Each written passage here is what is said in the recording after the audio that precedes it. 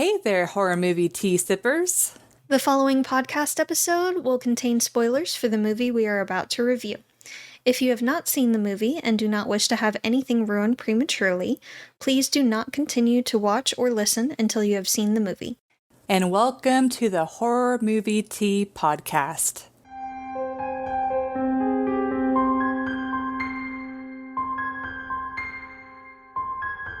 Today, we are covering Tim Burton's The Nightmare Before Christmas, which we requested ourselves. Yes, Jess, she is all decked out. She's wearing a themed shirt, and I've then got socks that aren't matched. just for you. But yeah, we thought it was. I do it to bug her. Yeah. But it's one of those things where we had a listener request where we could not find the movie to watch, so Couldn't find it anywhere. We tried several different sources and could not find it. So we're sorry. So instead, we decided to go with a more lighthearted, but still I consider it horror movie. So, but anyways, It's kid friendly at the very least. Kid friendly horror. though parents be warned, this is not a kid-friendly podcast. No. Stay away, stay far away. Don't have them. This is just for the millennials and nostalgia. Yeah. Well, okay, and not just for millennials. Anyone of any generation that loves this movie that is not below a certain age. Yeah. Yep. Anyways, but before we go into the review, let's go ahead and grab our cups and talk about tea. So I'm doing the Plum Deluxe Tea Break White Tea. It's got white tea, orange peel, tangerine essence, honeydew melon essence, and yeah. And I have Christmas in a cup with Twinings Pure Peppermint Herbal Tea, which is just straight up peppermint. You look so happy about I it. am so happy. Thank you, Plum Deluxe, for allowing us to continue to do what we love, and for our tea sippers out there, brew yourself a cup of tea, sit back, relax, and we hope you enjoy the review. And so for the summary, Jack Skellington, credit to our IMDb, by the way. Jack Skellington, king of Halloween Town, discovers Christmas Town, but his attempts to bring Christmas to his home causes confusion. Well, that's one way to put it, IMDb. Little light there, but yeah, sure. Yep. So, for entertainment, might be the nostalgia glasses, because this is one of those movies as a kid I would just watch over and over and over. And I will say I don't watch this movie on a yearly basis anymore, because it's like it's almost like Finding Nemo, where it's like I watched it so many times I'm just like where it's like beating a dead horse. It's just like I know what's gonna happen. I don't need to watch it every year. But but I would personally give this a 9. Like, this is a solid movie. The stop motion is extremely impressive. It is almost flawless. Yes. There's very little like stopping, motion. It's very smooth. And the details they put into each character is insane. Yes. Zero's nose being a jack-o'-lantern. Yeah. Dude. And then there's like very few jumps in like the movement and stuff. Like it's so smooth. The stop. Yeah, I forgot how many people were. I know it took them 3 years to do the stop motion, but I don't know how many. I mean, it's a whole crew, but I don't know how much a whole crew typically is. But anyway, it's extremely impressive. Yes. Like, you can tell that a lot of effort was made. I mean, this could have been like a CG, as far as like how smooth it is. Yes. Like, very, very amazing stop motion. It still holds up today. Yeah, like amazing stop motion. Mm-hmm. And the varied characters is extremely interesting. They actually give them very unique personalities. You can pick out one from another. The fact that they have not just distinct looks, but distinct personalities. And ways of speaking and mannerisms. Yes. Yes, and there's consistency all across the board on how they act. And then the lore for the whole world is really interesting. Like, you want to learn more. Yes. Like, by the end of the movie, I want to know more about the world. But it's like they give you just a taste where it's like, oh, you want to know more. Yes, but you also don't want them to make a sequel because that would just ruin it, I feel like. Which, fun fact, I learned this when I was looking at IMDb. At one point, Disney was trying to make a sequel, but Tim Burton was like, no, absolutely not. And it's because of Tim Burton that they did not make a sequel. Good. This is one of the few movies that I would actually be upset if they made a sequel. Yeah, because they're like wanting him to go to like the Easter world. Why? Yeah, but apparently Tim Burton is very possessive around this movie. Good. So, unless if it was perfect and wonderful as it was, don't touch it. Yeah, so as long as Tim Burton still stays with his guns and then we don't have to worry about that. Good. Knock on wood.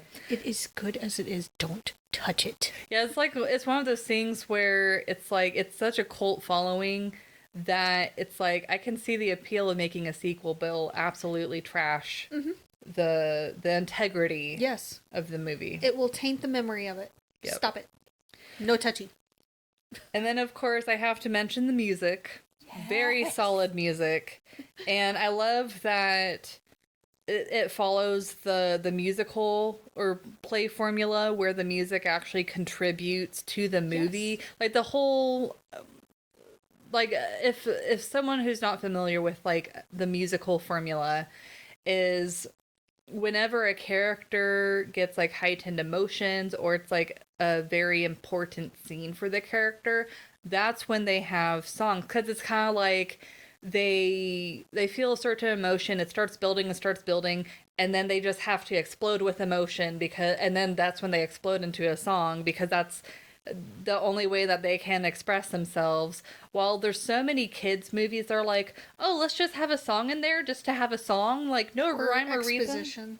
Yeah, it's like it's just for dumb kids. We don't need to, actually think about, why we're having the music here. So this does a great job. The songs are they very much fit the scenes that they're placed in. They make sense. They explain what the characters are feeling.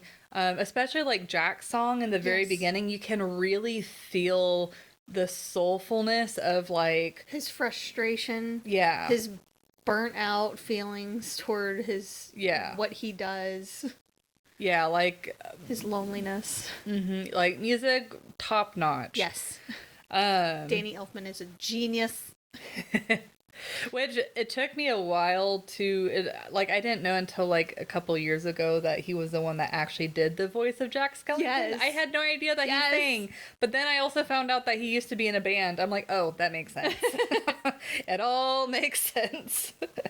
But I got some fangirl emotions about this movie with Danny Elfman. And I feel like Tim Burton and Danny Elfman, like, they're the two tones of... They go well together. Yeah, they go very well together. They definitely complement each other. I mean, I feel like that's why... It's like whenever you have a Tim Burton movie, you almost are required to have Danny Elfman. I mean, he's done other movies that Tim Burton hasn't been in, but... Yeah. Or hasn't been a part of. But it's just... There's just a certain distinct sound. Yes. He just nails it. Yes. And then the kind of going back, the development of the characters is just really awesome. It makes them feel tangible. It makes the world feel tangible. Just overall, extremely solid movie. The storytelling is great. The pacing, I feel like, is good. Like, there's not really anything I can think of that I would do differently. Like, it's... Not a damn thing. Like, you can tell it's a product of love Yes. and care. So, I'm going to give it the first ever 10. I should have known. This has been and always shall be one of my most beloved movies of all time. I watch it every year, multiple times. Multiple times. A couple of times around Halloween and a couple of times around Christmas. And just whenever I feel like it randomly throughout the year. I love this movie and have always loved this movie. So I am well aware that nostalgia glasses are firmly in place. I'm well aware. I don't care. I love this movie so much. Well, I feel like it's a good horror introduction for kids. Yes, it is. My family had no idea. They didn't understand why I loved this movie so much growing up. Like, it scared a couple of my family members. This movie scared a couple of them. So they didn't understand. They're like, this movie is scary. Why do you watch it on repeat? See, what's crazy is as a kid, the beginning opening song, that kind of scared me. That was one of the best parts. But then, like, after Jack Skellington comes up and once I figured out, oh, these are nice. Yeah. Then I was fine. I did not care that it looked a little bit creepy. And all the skeletons sad. Yeah, and just it's so sweet. Oh God. No touchy. But it's such a good, sweet movie that you can feel the heart of the crew was put in it. Like, everyone really cared about the making of this movie and took great pains to make this movie. And it shows, and it's amazing, and it still holds up today. So the casting was amazing. The voices were awesome. Danny Elfman's a freaking genius. The music was perfect. I love that they used stop motion animation for this. Yeah. I loved that they used it for this. It was such a different style for the time period that it came out in. I want to say that at one point they had fiddled with the idea of doing it CG, but I think it definitely I'm glad they went this route. Yeah. It would have fallen short of CG for that time period. Nowadays, they could do it just fine. But there's just such a different feel with stop motion that I'm so glad they stuck with it. And I feel like it's one of those movies that showed that kids can be introduced to, like, scary things without it making, because there are especially like older kids movies where you're like, okay, that's legitimately scary and gave kids nightmares. Why did they see this? But like movies like Nightmare Before Christmas or Frankenweenie, or Corpse Bride. Oh my god, I love that one too. Like, I think all of those are Tim Burton films. Yeah, it's like all of them have like creepy horror type elements, but because of the way that they tell the story, it's not scary. It's not as scary. Yeah, but kids are still able to watch it without it really impacting them too bad. They understand it better, and it still teaches lessons. So and it's not just Tim Burton; it's Laika Studios. That makes a lot of them too. And they do a really good job. Yeah, Coraline is another one. Yeah, I said that one too. Oh, I feel like Coraline reaches pretty close to the being edging on scary. Yes. But it doesn't It's very unsettling. Yeah, very unsettling. Like, even as an adult, I'm like, ooh. Yeah, there are some scenes that, don't know about that. Don't like that. Yeah. Is it the where she's like almost like a spider? Don't like that. But like the buttons for eyes is very unsettling as well, and just how they act But we might get to that movie in particular on a different day. Yeah, maybe someone should request it. Maybe. So we can cover it a little bit sooner. I do love that one too. But Nightmare Before Christmas, just the level of detail and attention that they took with each of their characters and with the sets themselves and the underscored music, even in the background for the scenes that they're not singing to, it just hits the mark every time. So I love this movie so much. 10 out of 10. The first and only one I've given. And that will not change. I don't care that the nostalgia glasses are firmly in place. I live for the music and for Sally's sass. When she talks back to Dr. Finkelstein, you're coming with me. No, I'm not. That's twice this month you've poisoned me with deadly nightshade and ran off 3 times. You'd think he would have learned at some point not to have her do the cooking. Yeah, for real. Just saying. For a doctor, that wasn't exactly intelligent of him. Yeah. So, but the whole movie, like, she's the voice of reason through the whole thing.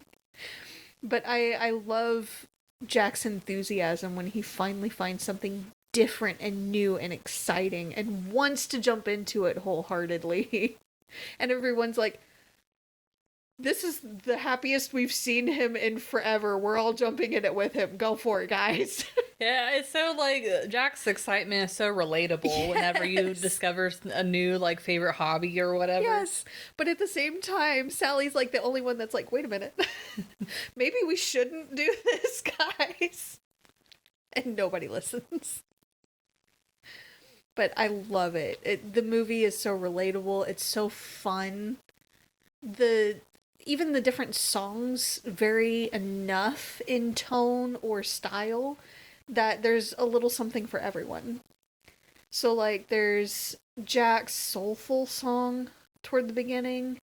There's Sally's kind of mournful, hopeful song. Though Amy Lee's cover Oh my of god, that her song cover is was so amazing, good. yes.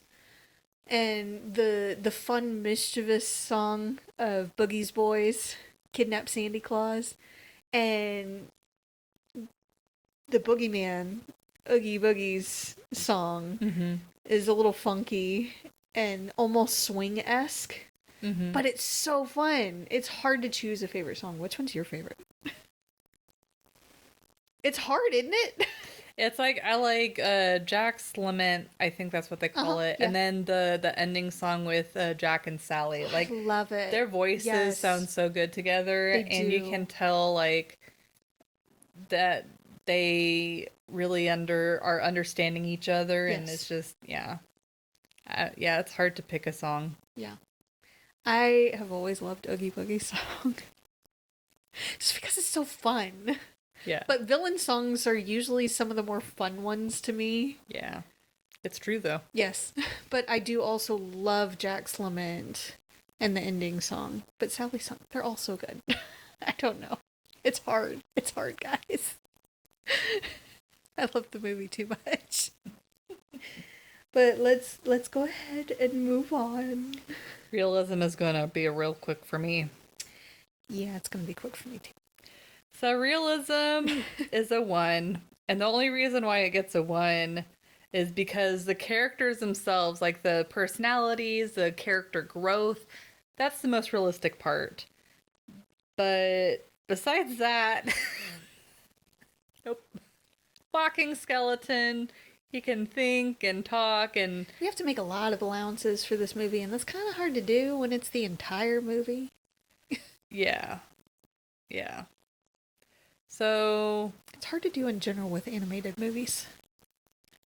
But, like, you know, this is one of those cases where this movie really doesn't have to be realistic to be good. And honestly, it's one of the few that, you know me with realism, but it just hits every mark. Yeah, it's like, as long as you have good storytelling and have interesting lore and stuff like that, it's like the And they're realism, consistent with it. I feel like the realism would hold it back Yes. if they had tried to make it any more realistic. Absolutely. So definitely way more on the entertainment than realism. Yes. But in a good way. Yeah. I give it a 2. I made a little bit more allowances because I consider them kind of mystical creatures in a way. Because if you consider Santa Claus, he's kind of mythical. So I kind of considered them similar-esque. But then you have to bring They had to the their point own kind of rules. where, like, well, mystical creatures. Yeah. It was hard. It was really hard. But a lot of the interactions were really realistic. Like, Dr. Finkelstein, he wanted to create a companion, so he made Sally. But she's rebellious. She's coming into her own. She's acting out, wants to get away. He tries to hold on tighter. It's almost like a father kind of relationship. And that just makes her push back and rebel even more. Yeah, like with their relationship, it really feels like a teenage daughter and her dad. Like, it really does. Kind of, I kind of would be curious to know how he's able to control, like, what their personalities are going to be like. Because with the second one, I don't think he was able to. The only fact that the next one worked out so well is because she had half his brain. Yeah. He was basically talking to himself. Which is kind of a cute sentiment. Yeah. And interesting. I can't remember which half he kept, but the other half, like, the left brain is supposed to control certain things like analytics and things like that, or one side is supposed to control the analytical thought. The other side is supposed to control more creative thought. I think nowadays that's actually disputed as being actual fact, but if we're going along with that, you know, at that time when they made the movie, that would have been a very, like, prominent, yeah. So it would have been interesting to see their interactions a little bit more. Yeah, like to see if she was the more emotional one, maybe, and he was just the a lot cold, more logical. rational, logical kind. That would have been interesting. Yeah, but then she would have been able to find solutions more creatively to problems that he would run into. So they might have been a lot more compatible. Yeah. But again, that's not to say that we want more of it. Just don't touch it. Disney, don't you dare. No touchy. No touchy. It's perfect the way it is. No touch. Do not consent. But the interactions otherwise are amazing. They are consistent with the personalities all throughout the movie. Character development makes sense the way that it happens in there, and it's good to see those character developments. The elected official always makes me laugh. The mayor. I'm only an elected official. I can't make decisions by myself. And then getting panicky when the one behind the scenes is gone and not giving him any direction. He's basically useless when Jack is gone. Sally is the perfect example of why it's not smart to tell a woman to get in the kitchen. You'd think, again, that Dr. Finkelstein would learn not to have her cook for him. Because if it wasn't poison, then she was probably going to come back with a knife or something. At some point. Yeah. It's just going to reach a breaking point. It's not smart. I did laugh a little bit when Jack tells Sally, just follow the pattern. Like anyone who has never sewn anything in their lives. How could it be a disaster? Just follow the pattern. You'll be fine. Why is the love has a complete miscommunication? Because she's specifically talking about the whole situation. Yeah. And he thinks that she's talking about the costume. Well, yeah, that's part of it. But at the same time, like, just looking at the sewing aspect of it, it's like, you have never sewn a thing in your life. I can tell. Shut up. That's not how any of it works. But otherwise, it's just... I feel like the height that Jack fell from when he was blasted out of the sky by a freaking mortar shell, he would have exploded or had broken bones and things like that instead of just falling two pieces that could be put back together, namely his jaw. But they're mystical beings. It's kind of hard to yeah, tell, it's really hard to tell the rules. Like, if they're essentially like demigods or whatever, then... But in his song in the graveyard, after being blasted out of the sky, he was saying that because he was embarrassed and upset and all, that he had completely misread everything and caused such mayhem and hurt, that he was going to hide away. Like, he just wanted to crawl into a hole and die, basically. Just relatable. He wanted to go into some cave, and in 1,000 years they would find him only dust and a plaque. And that implies that he can die. Yeah, that's true. So, what are the rules exactly?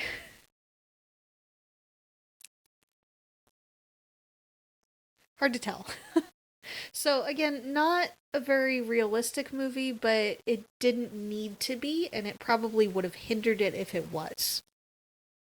Would have been a lot darker, too. Yeah. But it was perfect. It is perfect the way it is. Don't touch it. I want to make that clear. They're making so many sequels lately to movies that don't need them. Stop it. I think the... knock on wood, but I think the only thing I might be okay with is if they made, like, a TV show. No. But, like, made it, like, not even stop motion, made it completely... kind of like what Tangled did, where it's like, we're going to keep the Tangled movie as is, but then we're going to have, like, a side series. No. I'm just saying that'd be the only potential, but it depends on what they do with it. No. No touchy. No touch. But, yeah. That's what I got. Overall, it's a movie that we obviously come back to again and again, and a lot of people consider a classic for both Halloween and Christmas. Yes. It's not Christmas for me until I've seen that movie. At least once. See, I would love to hear if I'm sure there are people that hate this movie or don't love it, and I would love to know why. Like, not just the, I don't like the spookiness or, BS. That doesn't count. But, like, from a storytelling aspect or a musical aspect or whatever, I would love to hear the criticism. Yeah. It will not change our minds. We're just interested to know why you don't like it. Yeah. Because everybody's got their opinions. Everybody's got their thing. Yeah. And it's one of those things where it's like, we are repeatedly beat over the head on how good this movie is. Like, everyone in our circle likes this movie. If not likes, loves the movie. And so to have a more well-rounded base of opinion, I'd love to hear what other people's thoughts are. Yeah. But thank you as always for joining us today. And if you would like to recommend a movie, game, or tea and keep up to date with our content, you can find us on YouTube, Twitter, Instagram, Facebook, TikTok, and our Discord server, and most places you listen to podcasts. If you'd like to support the podcast, please subscribe, like, and share our content. If you'd like to support us monetarily, we do have our Teespring available that have nice little mugs like these, or shirts, or wall art, or any number of other things. We have a lot on there. And we have our PayPal and our affiliate link with Plum Deluxe as well. Again, that does not affect the price of the tea at all. It just allows us to continue to do what we love. And you can find all of the sites mentioned linked below. And until the next time, guys, stay safe and stay spoopy. Bye!